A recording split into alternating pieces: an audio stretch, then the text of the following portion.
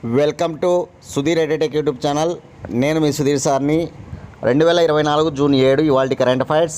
First question, world food safety డేని ఏ తేదీన నిర్వహిస్తారు? వరల్డ్ ఫుడ్ సేఫ్టీ డే ప్రపంచ ఆహార భద్రతా దినోత్సవాన్ని ప్రతి ఏటా జూన్ 7న నిర్వహిస్తారు. ఇక world health organization and food and agricultural organization, world health organization, food and agricultural organization ఆధ్వర్యంలో ఈ తేదీ ప్రతి ఏటా కూడా నిర్వహించబడడం జరుగుతుందన్నమాట. ఈ ప్రపంచ ఆరోగ్య సంస్థ 2019లో ఈ దినోత్సవాన్ని ప్రారంభించింది. ఈ దినోత్సవాన్ని 2019లో ప్రారంభించిందనమాట. 2024లో ఈ ఏడాది జరిగేటువంటి దినోత్సవం 6వ దినోత్సవం. ఇది ఎన్నవ దినోత్సవం అంటే కనుక 6వ దినోత్సవంగా గుర్తుపెట్టుకోవాలి. కానీ ఇంకా దీనికి సంబంధించినటువంటి విషయాలు కొన్ని చూస్తే కనుక, తినే తిండి వల్ల కలిగే నష్టాలపై, రాగల ప్రమాదాలు, ప్రజల్లో అవగాహన పెంచడం అన్నమాట. తినే తిండి వల్ల కలిగే నష్టాలపై, రాగల ప్రమాదాలపై ప్రజల్లో అవగాహన పెంచడం ఈ తేదీ యొక్క ముఖ్య ఉద్దేశం అనే విషయాన్ని గుర్తుపెట్టుకోవాలి. ఇకపోతే ఆహార భద్రత అనేటువంటిది ప్రభుత్వాలు మరియు ఉత్పత్తిదారులు, వినియోగదారుల మధ్య భాగస్వామ్య బాధ్యత అన్నమాట. వీళ్ళందరూ కూడా కలిసి పనిచేస్తేనే ఆహార భద్రత ఇవ్వవచ్చు అన్నమాట. కానీ ఎవరెవరు? ప్రభుత్వాలు, ఉత్పత్తిదారులు అంటే రైతులు అన్నమాట.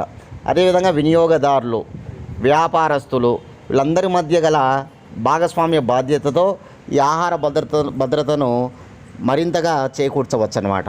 లేకపోతే ఖచ్చితంగా మనకి ఆరోగ్యం బాగా దెబ్బతినడం జరుగుతుందన్నమాట. ఇక world food safety day 2024 theme note చేసుకోవాలి అందరూ కూడా. Food safety, prepare for the unexpected. మళ్ళీ చెప్తున్నా, food safety, prepare for the unexpected theme అనేటువంటిది గుర్తుపెట్టుకోవాలి. తెలుగులో అయితే కనుక ఆహార భద్రత ఊహించని వాటి కోసం సిద్ధం చేయండి. ఆహార భద్రత ఊహించని వాటి కోసం సిద్ధం చేయండి, ఇది థీమ్ అన్నమాట. అదేవిధంగా మన భారతదేశానికి సంబంధించి ఈ ఆహార సేఫ్టీ కోసం గొప్పగా ఒక సంస్థ ఉందన్నమాట. అదే FSSAI, food safety standards authority of India. Food safety standards authority of India. ఈ food safety standards authority of India ఏర్పడిన సంవత్సరం 2008 అన్నమాట. ఈ food safety standards authority of India ప్రస్తుత ప్రధాన కార్యాలయం న్యూఢిల్లీలో ఉందన్నమాట. ఇక గుర్తుపెట్టుకోవాలి.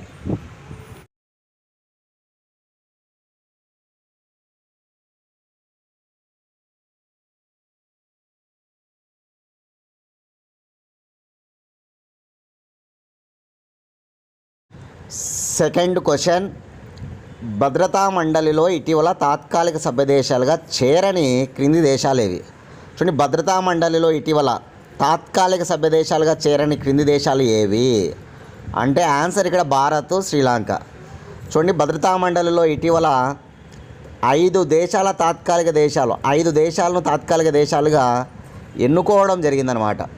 ఈ 5 దేశాలు ఎప్పటి నుంచి అంటే 2025 జనవరి 1 నుంచి 2026 డిసెంబర్ 31వ తేదీ వరకు 2 సంవత్సరాల పదవీ కాలానికి ఎన్నుకోబడ్డాయన్నమాట. 2025 జనవరి 1వ తేదీ నుంచి 2026 డిసెంబర్ 31వ తేదీ వరకు 2 సంవత్సరాల పదవీ కాలానికి ఈ భద్రతా మండలిలో 5 దేశాలు తాత్కాలిక దేశాలుగా ఎన్నుకోబడ్డాయన్నమాట. 5 దేశాలు ఏవి అంటే కనుక, ఫస్ట్ ఆప్షన్లో ఉన్న డెన్మార్కు, సోమాలియా, థర్డ్ ఆప్షన్లో ఉన్న పనామా, గ్రీసు, ఫోర్త్ ఆప్షన్లో ఉన్న పాకిస్తాన్ అన్నమాట. ఓకేనా? 5 దేశాల పేర్లు నోట్ చేసుకోవాలి మీరు. ఇక్కడ కొత్తగా తాత్కాలిక దేశాలుగా రేపు సంవత్సరం నుంచి రాబోతున్న దేశాలన్నమాట. Denmark, Somalia, Panama, Greece, Pakistan. ఓకేనా? ఆఫ్రికా ఖండం నుంచి సోమాలియా, పనామా అనే దేశాలు ఆఫ్రికా ఖండ గ్రూప్ నుంచి సెలెక్ట్ చేయబడ్డాయన్నమాట. యూరప్ ఖండం నుంచి అయితే కనుక డెన్మార్కు, గ్రీస్ అనమాట. గ్రీసు. అదేవిధంగా ఆసియా ఖండం నుంచి అయితే కనుక పాకిస్తాన్. ఇంకా సోమాలియా ఆఫ్రికా ఖండం గ్రూప్ నుంచి, డెన్మార్కు, గ్రీస్ అయితే ఐరోపా ఖండ గ్రూప్ నుంచి, ఆసియా ఖండ గ్రూప్ నుంచి అయితే పాకిస్తాన్, అమెరికా కరేబియన్ నుంచి అయితే కనుక పనామా అన్నమాట. ఇవి నోట్ చేసుకోవాలి 5 దేశాలు. చూడండి, భద్రతా మండలి గురించి చెప్తున్నా, నోట్ చేసుకోవాలి. దీన్నే సెక్యూరిటీ కౌన్సిల్ అంటారు ఇంగ్లీష్లో. భద్రతా మండలిని ఇంగ్లీష్లో సెక్యూరిటీ కౌన్సిల్ అంటారనమాట. మనకు ఐక్యరాజ్య సమితి ఏదైతే ఉందో దానిలో 6 ప్రధాన అంగాలు ఉంటాయన్నమాట. 6 మెయిన్ ఆర్గాన్స్ ఉంటాయన్నమాట. ఈ 6 మెయిన్ ఆర్గాన్స్లో ఒకటి భద్రతా మండలి. ఈ భద్రతా మండలిలో సభ్య దేశాలు మొత్తం 15 ఉంటాయి. ఈ 15 దేశాల్లో 5 శాశ్వత దేశాలు, వీటో పవర్ గల దేశాలు ఉంటాయి. 5 శాశ్వత దేశాలు, వీటో పవర్ గల దేశాలు అనమాట. అవి America, Britain, China, France, Russia. America, Britain, China, France, Russia 5 దేశాలు. అదేవిధంగా తాత్కాలిక దేశాలు, నాన్ పర్మనెంట్ కంట్రీస్ ఒక 10 ఉంటాయన్నమాట. నాన్ పర్మనెంట్ కంట్రీస్ 10 ఉంటాయి. మొత్తం సభ్య దేశాలేమో 15, శాశ్వత దేశాలు 5, 10 తాత్కాలిక దేశాలు అనమాట. ఈ తాత్కాలిక దేశాలు 2 సంవత్సరాల పదవీ కాలానికి ఐక్యరాజ్య సమితిలోని జనరల్ అసెంబ్లీలో ఉన్నటువంటి సభ్యుల చేత ఓకేనా 2 ఏళ్ల పదవీ కాలానికి 2/3 2/3 వంతు చొప్పున మెజార్టీ చేత ఎన్నుకోబడతాయి అన్నమాట. 2/3 వంతు మెజార్టీ చొప్పున వాళ్ళు ఎన్నుకుంటారనమాట. ఎన్నేళ్ల పదవీ కాలానికి? 2 సంవత్సరాల పదవీ కాలానికి అనమాట. అలా ఇప్పుడు ఉన్నటువంటి 5 దేశాలు వెళ్తాయన్నమాట. వాటి స్థానంలో మళ్ళీ 5 కొత్తగా రాబోతూ ఉన్నాయన్నమాట. ఓకేనా, చాలా చాలా ఇంపార్టెంట్, గుర్తుపెట్టుకోవాలి. కొత్తగా రాబోతున్న దేశాలు చాలా ఇంపార్టెంట్, బాగా గుర్తుంచుకోవాలి. అవే Denmark, Somalia, Panama, Greece, Pakistan. భద్రతా మండలికి నోబెల్ పీస్ ప్రైజ్ కూడా వచ్చిందనమాట. భద్రతా మండలికి నోబెల్ పీస్ ప్రైజ్ ఏ సంవత్సరం వచ్చిందంటే కనుక 1988లో వచ్చింది. 1988లో వచ్చిందనమాట. భద్రతా మండలిలో శాశ్వత దేశంగా మన భారతదేశం లేదు, కానీ మనం తాత్కాలిక దేశంగా ఓకేనా 8 సార్లు మనం తాత్కాలిక దేశంగా 8 సార్లు ఎన్నికైనాం అనమాట. 1951లో మొదటిసారి మనం ఎన్నికైనాం. 1951లో భద్రతా మండలిలో. తర్వాత 62, 72, 77. ఓకే, 1951, 1962, 1967, 1972 అనమాట. మళ్ళీ 1991, 2000, 1984 కూడా ఉంది. 1984, 1991, 2011, 2021 అనమాట. ఇవి గుర్తుపెట్టుకోవాలి, నోట్ చేసుకోవాలి, చాలా ఇంపార్టెంట్. మళ్ళీ చెప్తున్న ఇయర్స్ 8 సార్లు ఎప్పుడు అనేది 1951, 1962, 1967, 1972, 1984, 1991, 2011, 2021. ఇదన్నమాట ఆ సంవత్సరాలు మైండ్లో పెట్టుకోవాలి. పాకిస్తాన్ ఇప్పుడు 8వసారి, ఇప్పుడు రేపు సంవత్సరం నుంచి మళ్ళీ పాకిస్తాన్ రాబోతుంది కదా. ఎన్నోసారి పాకిస్తాన్ అంటే 8వసారి అనమాట పాకిస్తాన్ కూడా. ఓకేనా, ఈ 5 దేశాలు బాగా గుర్తుపెట్టుకోవాలి. డెన్మార్కు, సోమాలియా, పనామా, గ్రీసు, పాకిస్తాన్. 2 ఏళ్ల పదవీ కాలం కాబట్టి జనవరి 1వ తేదీన వస్తుందన్నమాట. ఎందుకంటే ఏను ఆర్థిక సంవత్సరం జనవరి 1న స్టార్ట్ అవుతుంది. మన భారతదేశ ఆర్థిక సంవత్సరం అయితే ఏప్రిల్ 1 స్టార్ట్ అవుతుంది. ఏను ఆర్థిక సంవత్సరం అయితే కనుక జనవరి 1 స్టార్ట్ అయ్యి డిసెంబర్ ఎండ్కు పూర్తయిపోతుందన్నమాట. ఐక్యరాజ్య సమితిలో శాశ్వత దేశాలుగా చేరాలనే ఉద్దేశంతో ఏర్పడిన కూటమి ఒకటి ఉంటుందన్నమాట. అంటే భద్రతా మండలి ఉంది కదా, అందులో శాశ్వత దేశాలుగా ఓకేనా చేరాలనే ఉద్దేశం మీద ఏర్పడిన కూటమికి G4 కూటమి అంటారు. గ్రూప్ ఆఫ్ 4 కంట్రీస్ అనమాట. అవి ఏ దేశాలు గ్రూప్ ఆఫ్ 4లో ఉన్నాయంటే కనుక Brazil, India, Germany, Japan. Brazil, India, Germany, Japan, ఈ 4 దేశాలు కలిసినటువంటి కూటమి G4 కూటమి. ఓకేనా, అది కూడా మైండ్లో పెట్టుకోవాలి, చాలా ఇంపార్టెంట్.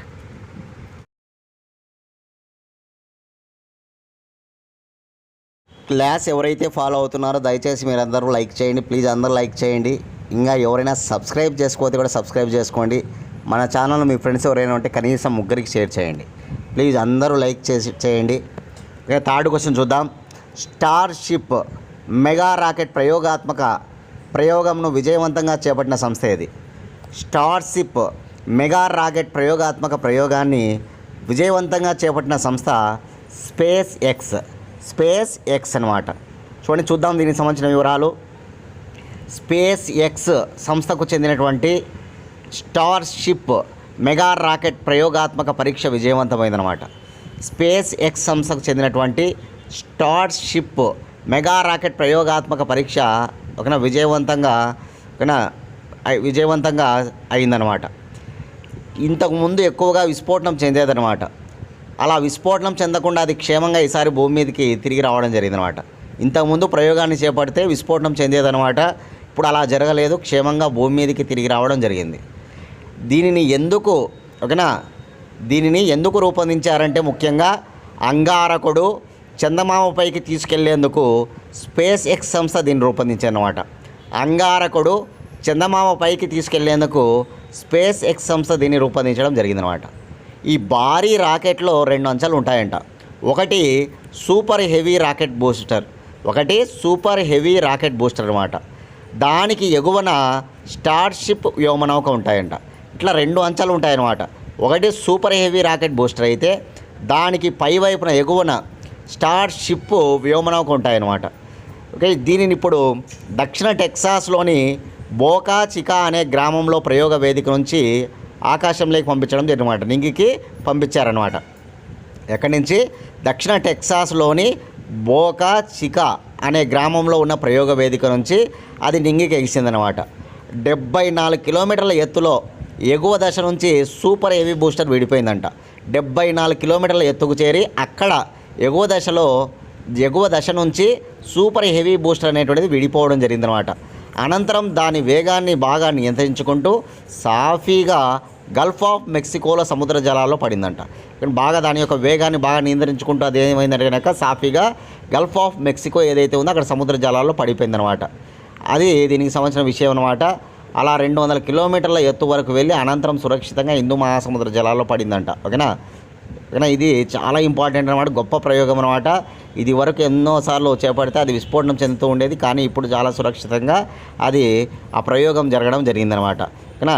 నా నుంచి మీ క్వశ్చన్ ఏంటంటే స్పేస్ ఎక్స్ అంటున్నాం కదా, ఈ స్పేస్ ఎక్స్ వ్యవస్థాపకుడు ఎవరు దీన్ని ప్రారంభించారు అనేది కామెంట్ బాక్స్లో మీ సమాధానాన్ని తెలియజేయండి అందరు కూడా.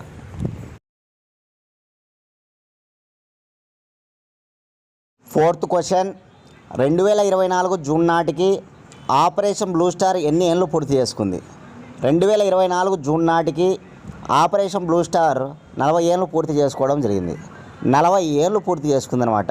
40 ఇయర్స్ కంప్లీట్ అయింది ఆపరేషన్ బ్లూ స్టార్కి. చూద్దాం దీనికి సంబంధించినటువంటి సమాచారం. చూడండి, ఆపరేషన్ బ్లూ స్టార్ అనేటువంటిది భారతదేశ చరిత్రలో అత్యంత గొప్పగా చేయించిన ఆపరేషన్ అనమాట. ఆపరేషన్ బ్లూ స్టార్ చేయించిన ప్రధానమంత్రి ఇందిరాగాంధీ. ఆపరేషన్ బ్లూ స్టార్ జరిగిన సంవత్సరం 1984. ఆపరేషన్ బ్లూ స్టార్ జరిగిన తేదీలు జూన్ 1 నుంచి జూన్ 10వ తేదీ వరకు. ఆపరేషన్ బ్లూ స్టార్ చేయించడానికి గల కారణం ఏమిటి అంటే పంజాబ్లోని అమృత్సర్లో ఉన్నటువంటి హర్ మందిర్ సాహిబ్ కాంప్లెక్స్. అంటే అదే స్వర్ణ దేవాలయం అనమాట. పంజాబ్లోని అమృత్సర్లో స్వర్ణ దేవాలయం ఉంది కదా, దాన్ని హర్ మందిర్ సాహిబ్ కాంప్లెక్స్ అంటారనమాట.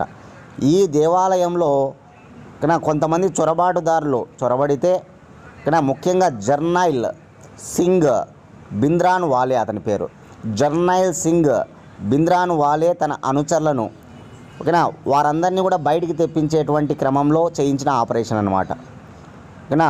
హర్ మందిర్ సాహిబ్ కాంప్లెక్స్ నుంచి ఈ జర్నైల్ సింగ్ బింద్రాన్ వాలేని తన అనుచరులను బయటికి తీసుకొచ్చే ప్రయత్నంలో చేయించిన ఒక సైనిక చర్య అనమాట.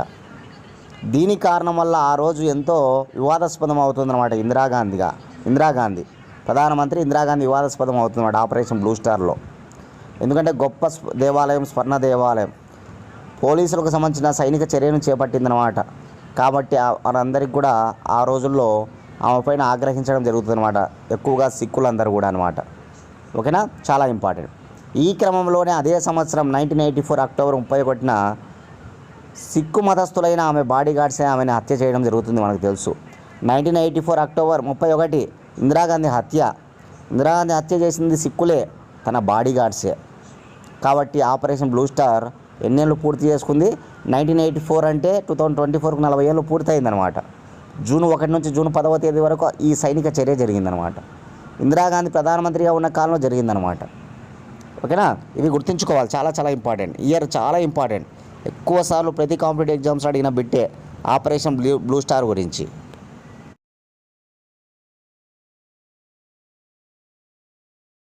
క్వశ్చన్ నెంబర్ 5, అంకురాలు, వీటినే స్టార్టప్స్ అంటాం కదా. ఈ అంకురాల కోసం ఏ ప్రభుత్వ బ్యాంకు ప్రత్యేక శాఖను ప్రారంభించింది? అంకురాల కోసం ఏ ప్రభుత్వ బ్యాంకు ప్రత్యేక శాఖను ప్రారంభించింది అంటే కనుక అదే Indian overseas bank. Indian overseas bank స్టార్టప్ల కోసం ప్రత్యేక శాఖను ప్రారంభించడం జరిగిందనమాట. తన మొట్టమొదటి ప్రత్యేక శాఖ ఎక్కడ ప్రారంభించిందంటే చెన్నైలో ప్రారంభించింది. ఈ స్టార్టప్ల కోసం మొదటి శాఖను ఎక్కడ ప్రారంభించింది ఇండియన్ ఓవర్సీస్ బ్యాంక్ అంటే చెన్నైలో ప్రారంభించడం జరిగిందనమాట. చెన్నైలోనే కాకుండా మరొక 5 శాఖలను కూడా ప్రారంభించబోతూ ఉన్నట్లుగా ఇండియన్ ఓవర్సీస్ బ్యాంక్ తెలపడం జరిగిందనమాట. స్టార్టప్స్ అనేటువంటివి మన భారతదేశంలో ప్రైవేట్ కంపెనీలు అన్నమాట. ఇవి ఎన్నో ఉద్యోగాలను కల్పిస్తూ ఉన్నాయి.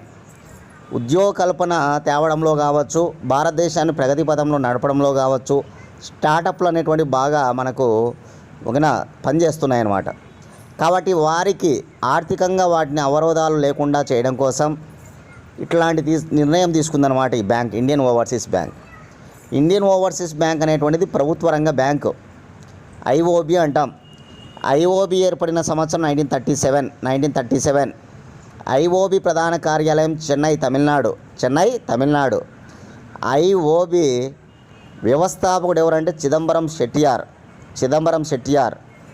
ఐఓబి ప్రస్తుత సీఈఓ ఎవరంటే చీఫ్ ఎగ్జిక్యూటివ్ ఆఫీసర్ సీఈఓ ఎవరంటే అజయ్ కుమార్ శ్రీవాస్తవ. ఈ అజయ్ కుమార్ శ్రీవాస్తవ వెల్లడించిన విషయాలన్నమాట.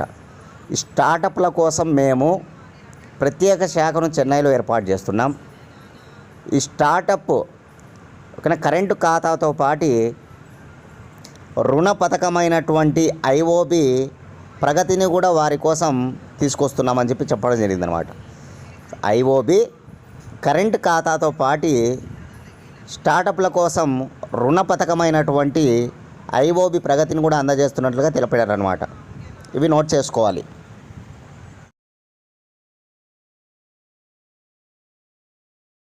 Question number 6. ప్రపంచంలోనే అతిపెద్ద రెజల్యూషనరీ కెమెరాను ఏ దేశంలో ప్రారంభించారు? ప్రపంచంలోనే అతిపెద్ద రెజల్యూషనరీ కెమెరాను చిలీ దేశంలో ప్రారంభించడం జరిగింది. రెజల్యూషనరీ కెమెరా అన్నమాట. చిలీ దేశంలోని కొకింగా అనే ప్రాంతంలో రుబిన్ అబ్జర్వేటరీ ఈ కెమెరాను సిద్ధం చేయడం జరిగిందనమాట. చిలీలోని కొకింబో అనే ప్రాంతంలో రుబిన్ అబ్జర్వేటరీ ఈ కెమెరాను సిద్ధం చేయడం జరిగిందనమాట. 3200 మెగాపిక్సెల్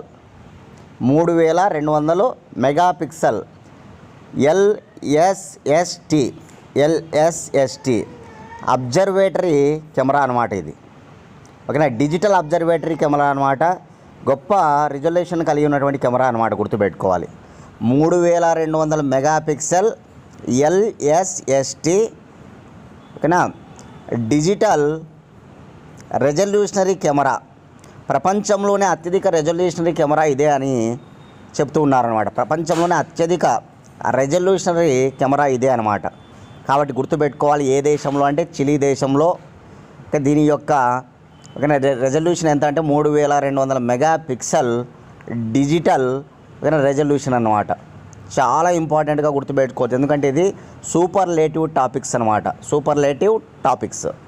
చిలీ దేశ రాజధాని శాంటియాగో. చిలీ దేశ భాష స్పానిష్. చిలీ దేశ కరెన్సీ పెసో. చిలీ దేశ ఖండం దక్షిణ అమెరికా ఖండం. చిలీ దేశ ప్రస్తుత ప్రెసిడెంట్ వచ్చేసి బోరిక్ అనమాట. Boric president.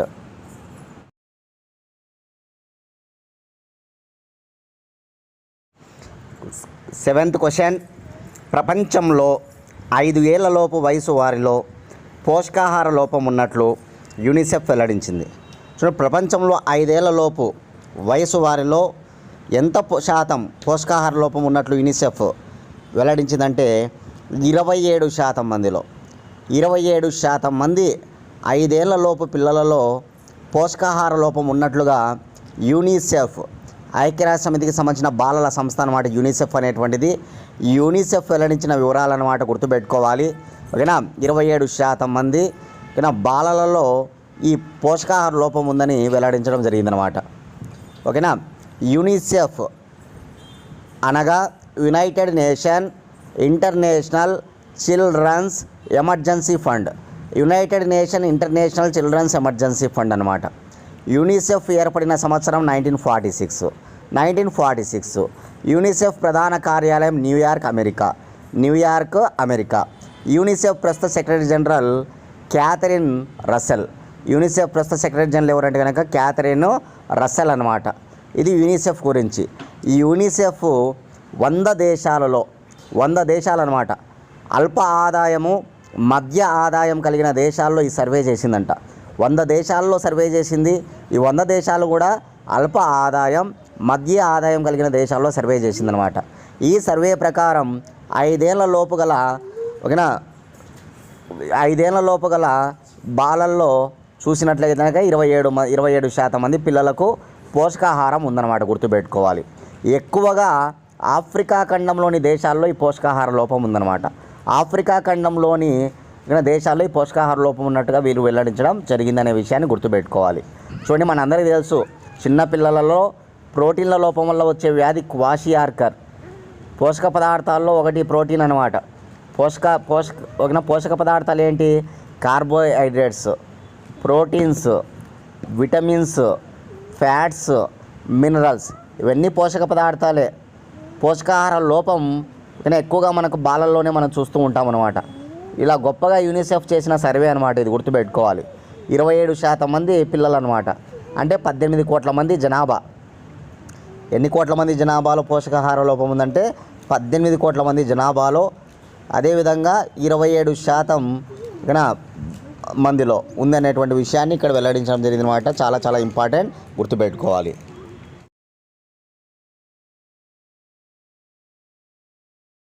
8th క్వశ్చన్, భారతదేశ 18వ లోక్సభ సార్వత్రిక ఎన్నికలలో ఈవీఎం ద్వారా ఎంత శాతం ఓటింగ్ నమోదైంది? భారతదేశ 18వ లోక్సభ సార్వత్రిక ఎన్నికలలో ఈవీఎంల ద్వారా ఎంత శాతం ఓటింగ్ నమోదైందంటే 65.79%.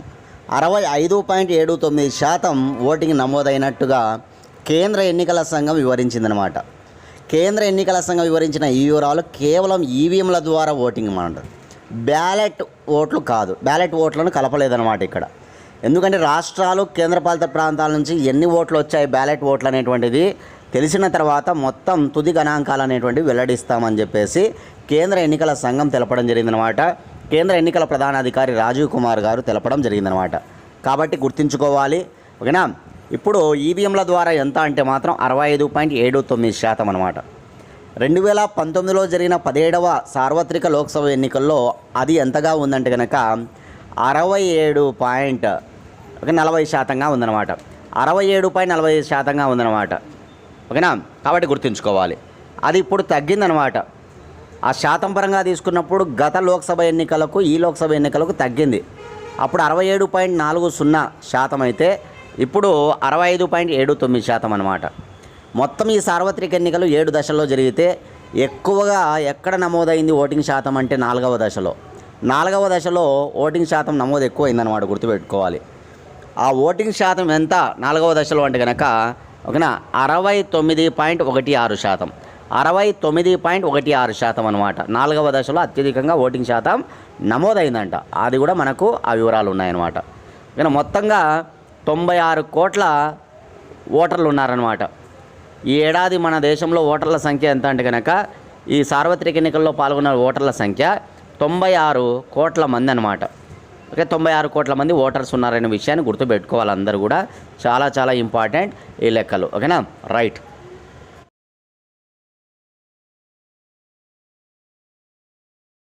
నైన్త్ క్వశ్చన్, ఆంధ్రప్రదేశ్ రాష్ట్ర చీఫ్ సెక్రటరీగా ఎవరు బాధ్యతలు చేపట్టారు? ఆంధ్రప్రదేశ్ రాష్ట్ర చీఫ్ సెక్రటరీగా బాధ్యతలు చేపట్టిన వారు నీరబ్ కుమార్ ప్రసాద్. చాలా ఇంపార్టెంట్. ఆంధ్రప్రదేశ్ రాష్ట్రానికి సంబంధించి ఎలక్షన్లు కంప్లీట్ కావడం, ఎన్నికల ఫలితాలు వెల్లడి కావడం, ఈ క్రమంలో ఓకేనా, ఇంకా ప్రభుత్వం చేంజ్ కావడం వల్ల అన్నీ కూడా కొత్త పదవులన్నీ కూడా కొత్త మంత్రులందరూ కూడా కొత్త శాఖలకు సంబంధించిన వాళ్ళందరూ కూడా రావడం జరుగుతుంది ఇప్పటి నుంచి అనమాట. కాబట్టి ఓకేనా, ఒక్కొక్కరిని నోట్ చేసుకుంటూ పోవాలి ఆంధ్రప్రదేశ్ సంబంధించినటువంటి విషయాలలో. చాలా ఇంపార్టెంట్, ఎందుకంటే చీఫ్ సెక్రటరీ చాలా వెరీ ఇంపార్టెంట్ ఒక రాష్ట్రానికి. ప్రభుత్వ ప్రధాన కార్యదర్శి ఆయనే. కాబట్టి ఈరోజు ప్రభుత్వ ప్రధాన కార్యదర్శిగా ఆంధ్రప్రదేశ్లో ఎవరు నియమించబడ్డాడు అంటే కనుక నీరబ్ కుమార్ ప్రసాద్ అనమాట. నీరబ్ కుమార్ ప్రసాద్ హిస్టరీ మనం ఒకసారి చూస్తే ఆయన 1987 బ్యాచ్కు చెందినటువంటి ఐఏఎస్ అధికారి. 1987 బ్యాచ్కు చెందినటువంటి ఒక ఐఏఎస్ అధికారి అనమాట. ఆయన ప్రజెంటు ఓకేనా అటవీ పర్యావరణ శాస్త్ర సాంకేతిక ప్రత్యేక ప్రధాన కార్యదర్శిగా పనిచేస్తున్నాడు అనమాట. అటవీ పర్యావరణ శాస్త్ర సాంకేతిక ప్రత్యేక ప్రధాన కార్యదర్శిగా పనిచేస్తున్నాడు అనమాట నీరబ్ కుమార్ ఓకేనా ప్రసాద్. ఆయనను ఇప్పుడు ఏకంగా ప్రభుత్వ ప్రధాన కార్యదర్శిగా నియమించడం జరిగిందనమాట. ఇక ఎవరి స్థానంలో ఇదివరకు ఎవరు ఉండేవాడు అంటే కనుక జవహర్ రెడ్డి ఉండేవాడు అనమాట. ఒక జగన్ ముఖ్యమంత్రిగా ఉన్న కాలంలో, వైసీపీ గవర్నమెంట్ ఉన్న కాలంలో అక్కడ మన ఆంధ్రప్రదేశ్ ప్రభుత్వ ప్రధాన కార్యదర్శిగా ఎవరు ఉండేవాడు? జవహర్ రెడ్డి ఉండేవాడు అనమాట. కాబట్టి ఆయన స్థానంలో ఇప్పుడు ఎవరిని నియమించడం జరిగింది ఈ గవర్నమెంట్ అంటే కనుక నీరబ్ కుమార్ ప్రసాద్ను గుర్తుపెట్టుకోవాలి, చాలా ఇంపార్టెంట్. ఓకేనా, రైట్. ఎందుకంటే ప్రభుత్వానికి ప్రధాన కార్యదర్శిగా ఆయన పని చేయబోతూ ఉన్నాడు అనమాట. ఓకేనా, అందుకని చాలా ఇంపార్టెంట్గా మనం గుర్తుపెట్టుకోవాలి. ఓకే, నా నుంచి మీకు క్వశ్చన్ ఏంటంటే కనుక తెలంగాణ ప్రస్తుత ప్రభుత్వ ప్రధాన కార్యదర్శి ఎవరు, తెలంగాణ ప్రధాన కార్యదర్శి ఎవరు అనేటువంటి విషయాన్ని కామెంట్ బాక్స్లో మీ సమాధానాన్ని తెలియజేయండి అందరూ కూడా.